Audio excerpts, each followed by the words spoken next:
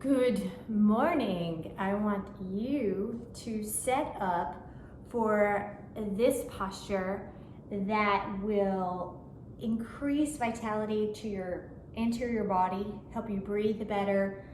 This posture is called Virasana, also known as reclining hero pose. And in this pose, it's about relieving all of the leg ailments that you might have. Restless leg, tight hips, tight quads, tight calves and ankles. All of that can be resolved with this one yoga posture if practiced on a regular basis. Now, you may not be able to stay in this posture for very long, but that's okay. You can stay in it as long as you need to stay in it.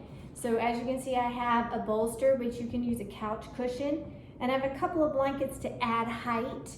And this blanket here is for my head. I also have a yoga block, which for tight people with knee issues, you may want to use this yoga block. So the first question is, can you sit on your heels without getting any knee pain here? And if the answer is no, then you'll need a yoga block or something of height to sit on.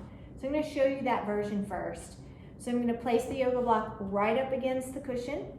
I'm going to actually straddle the block, put my feet on the outside of the cushion, and have a seat directly on the yoga block. And as you can see, this cushion is right up against my hips. The blankets are right up against my body for height. The higher this bolster situation, the more kind it's going to feel for your body. So as you advance, you can lower the bolster into just that one low cushion. The next thing you want to do is bring your knees as close together as you can make them together. If they go way apart, you can consider belting your legs together or doing the best you can with what you have.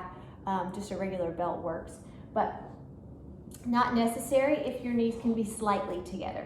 Then once you've sat back and you've pulled everything touching your sacrum, then lie back all the way. The knees are to not pop up off the ground, so you want to push them down. Now I'm going to move the flesh of my buttocks down so that they're not squished up into my low back.